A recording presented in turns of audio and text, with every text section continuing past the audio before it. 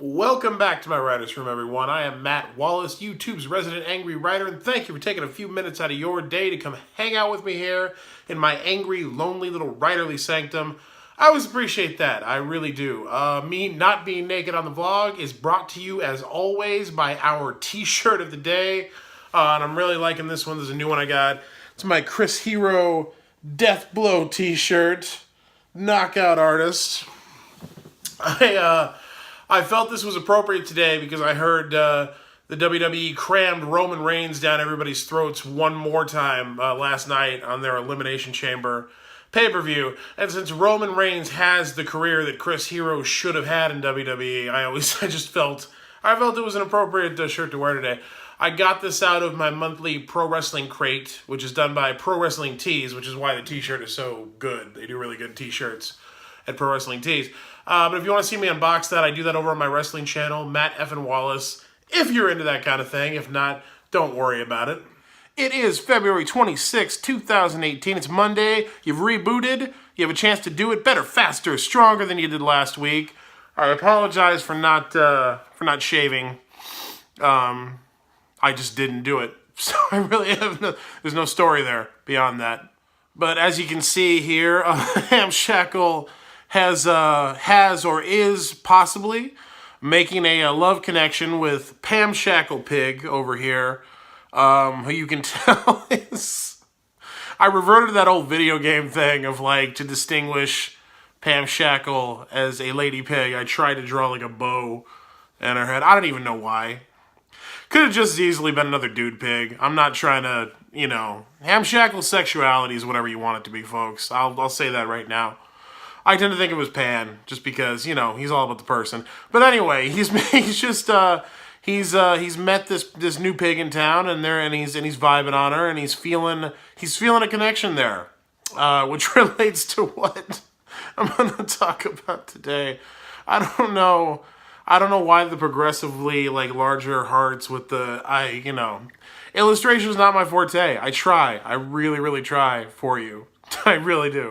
So I was thinking about compatibility today. Not just romantic compatibility, but just human compatibility.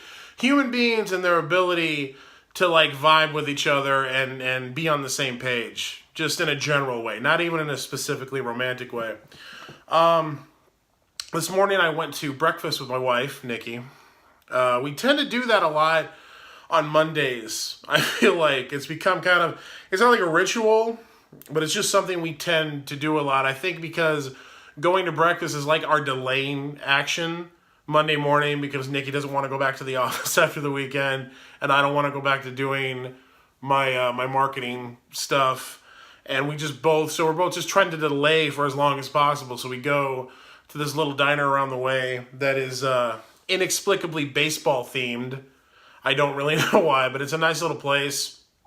It's always crewed by these two very hulking Armenian gentlemen who I feel a kinship with, because I feel like the minute I saw them, I thought these guys clearly must be collectors and strong arm men for some kind of mafia front. Not because of their ethnicity, but just because of the way they look.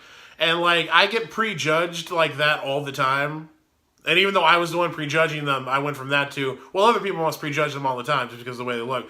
But I'm the guy who going to do book signings alongside other authors, and this legitimately has happened several times. It happened with Scott Sigler back in the day, happened with Mur Lafferty a few times. I would go with them to do events, and people would assume that I was their bodyguard. People who didn't know who I was, which is most people, because who the hell knows who I am? They assume because of my large stature and just kind of my presence, my whole vibe, that I was there in a capacity as the author's bodyguard. I couldn't possibly be another author. So anyway, I always feel a kinship with these guys that service there, who are really just super nice gentlemen. It's a family. You can tell it's a family place, and I think they're related. But anyway, that has nothing to do with anything. Point being, I was at breakfast this morning with Nikki, enjoying our delaying action for the week, and we started talking about compatibility, amongst couples that we know and whatnot, and our own compatibility, and how people perceive other people's compatibility. Like it was it was one of those really stimulating, interesting conversations you hopefully you have with your significant other. Otherwise, why spend most of your time around them? And that's one of the reasons I like spending time around Nikki, is because we get into very interesting discussions that we both have things to offer, and we challenge each other and enlighten each other, and that's part of the deal. That's part of our compatibility. And it got me thinking about compatibility on a few levels. And what really sparked it, it wasn't that conversation. It was when I came back home. One of the first admin tasks I did for the day, which I've been meaning to do for a while, was I muted just a shitload of people on Twitter. Like, it was on my list to do that. Because if you've been following the vlog, you've probably heard me talk about how I'm trying to reduce kind of my presence on that platform and on other forms of social media, and just how I'm not digging being part of like the community, like the SFF community or the publishing community or any of those communities on Twitter anymore. I haven't been feeling it. So like I've been kind of trying to reduce my presence, but another thing I'm doing is just so I don't like nuke the entire platform for myself. I've just been trying to make it more palatable for me. And one of the ways that I decided to do that was just to mute a bunch of people who I was sick of seeing them get retweeted by other people that I follow, or seeing their stuff end up in my timeline. Like, it was one of those triggering things that just always pissed me off when I would see them, and it would get me going on all the things I don't like about either them or the community, or how we prop up people in that community. So that was just a thing that I'd been meaning to do, and I wanted to do for myself. And I'm not sorry that I did it, but because I'd had that conversation with Nikki earlier, it got me thinking about like my complete lack of compatibility with all of these people that I was muting on Twitter. I don't know how it is for all of you out there, and I'm interested to hear your take on this. But when I think of compatibility, when I think of people like that I'm friends with or that I've formed relationships with, I really do tend to see a lot of it as a crapshoot. I really do. I tend to think there are people with whom you share things in common, and that certainly helps. And you get in that whole area of like what you like, but also what you dislike. And I have plenty of friends who argue it's not about what you like, it's about what you dislike, and finding someone who dislikes the same things as you. There's a lot of wisdom there. But when I think about most people, it just seems like the people that you end up forming bonds with are people who didn't do anything early to piss you off.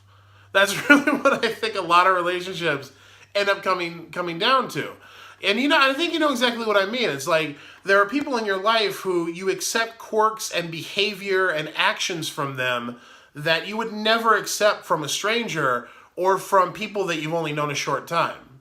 You know what I mean? It's those things that you're able to write off because you've known them for long enough and you've formed enough of a bond with them to be able to either just forgive or excuse their behavior outright, or you have enough contrast and context to put whatever that annoying behavior is into, to say, well, yeah, he's like that or she's like that, but it's because of this other thing. I know the reasons for it, or I know what they really mean, or, oh, that's just a thing they do, but they're also a really good person because of X, Y, and Z. You've just accrued enough context and enough contrast to be able to dismiss whatever the aberrant behavior that you don't like is in that person. And the reason you've been able to build up all this context and contrast is because they didn't do any of this stuff or enough of this stuff early in your association with them for you to just void that association entirely and go, oh, I don't want to be friends with this person. And I always found that dichotomy really interesting, like the way we will accept things in people we've known for a long time that we won't accept in people who maybe share a lot of the same traits that we like about them or that we're otherwise compatible with. We won't accept it in people like that because we haven't known them long enough. It's too soon. So that imprints on us as being intrinsically who they are. Instead of us, in the case of people we know a long time, going, well, no, they did the same thing that this person did, but I know enough about them to be able to counterbalance that and to write it off. We don't have that with the newer people. So whatever the annoying or quirky or weird thing is that we don't like that they do or that they say or the way they behave, that becomes the whole of our focus in them. That's how we identify them. That's how we define them. And so we write them off, if it's too early in the relationship. Which is interesting to me because if you accept that that's a true thing, if you accept that that's a thing that is real and that happens and it is true about human dynamics and compatibility, then the only difference between, you know, a stranger or someone you don't like, really that's really what it is. So the only difference between someone you don't like and someone you really like is just a matter of time and the context that comes with that time. So it really shouldn't make any, so empirically it shouldn't make any difference, right? Like if you can accept that in the people you've known for a while, then just because you don't know enough or haven't spent enough time around this person to qualify the behavior that bothers you, you shouldn't just automatically write them off. You should be able to accept them and look past it and see them in the way that you see this person who you have all that context for. Because the only difference between the two is you've had enough time with this person to be able to counterbalance that. So that's what is strange to me about that concept. And I really do think, I don't think that defines human dynamics. I don't think it's just a matter of time and context. I'm not discounting, you know, those intangibles like chemical connections, like the way certain people smell better to you than others. Like that's a real thing. My wife and I have that. We say that one of the reasons we're together is because we both enjoy each other's stink, which is there's something real there. There's chemical things, there's psychological things, there's genuine attraction, and a lot of indefinable characteristics that go with that too. But I don't think it invalidates the truth of that statement about how long we've known somebody, allowing us to accept things in them that we wouldn't accept in them if they displayed those qualities early in our association. So I had all that going on in my head this morning as I sit down with my mute list, and I started to think, well, I mean, am I prejudging these people? Because certainly a lot of people, I share associations with these people that I don't particularly care for and that I don't want to see. I don't want to see tweets from. Like, so maybe those people simply have the context and have the time spent and invested in those people that I don't, to allow them to get past whatever it is about these people that's hanging me up. You know, so I was like, accepting that, is it really right that I dismiss them and that I allow these feelings of like resentment and annoyance and like anger to fester towards them for no other reason than I've had this superficial view of qualities they have that I don't like? And I asked myself that, and I examined it in a very mature and adult way, and then I muted the heck out of all of them. Just like I planned to. Because at the end of the day, life's too short, man. That's the thing. What it really comes down to is even if all that crap is true, I'm not going to invest the time in these people to figure that out. I'm not going to go out there and extend that olive branch and go, you know what? I don't like you, but I feel like I need to know more about you before I can really make that assessment. Which is such a weird, like, if someone came up to you and said that, how the hell will you react?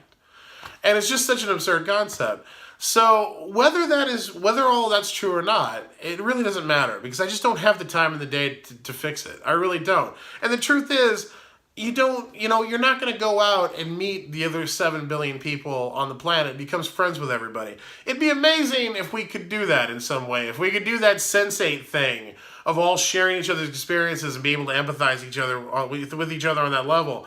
But that, like, technology doesn't exist. So the truth is, you have an allotted amount of time on this planet. You have a limited number of people that you have the time and really the emotional currency, the emotional, psychological, and like currency and stamina to actually get to know. And I'm not going to go around all these people that I have a second or third hand relation to who I intensely dislike and try to bridge that gap and find out if like I really truly dislike them or if we really spent enough time on a desert island together, would we be best friends? It's not going to happen. So I just muted them anyway. But I think the question was still valid. And I'm not saying I'm right either. That was just the conclusion that I came to. As you hear the mail being delivered in the background. We bought a house with a mail slot in the door. So whenever someone puts mail through that door slot, it sounds like they're trying to break into the house. So my wife and I are still psychologically adjusting to that. Anyway, so there's an outtake for you I'm going to leave in the vlog. So that's compatibility. What do y'all think? Am I right or am I wrong, or is there no right or wrong in the situation? Was muting all those people a healthy thing to do for my own self-care and my own mental state and my own ability to function on Twitter as a platform and utilize it to the best of its ability for networking and genuine connection with people I want to connect with and promotion and all of those things?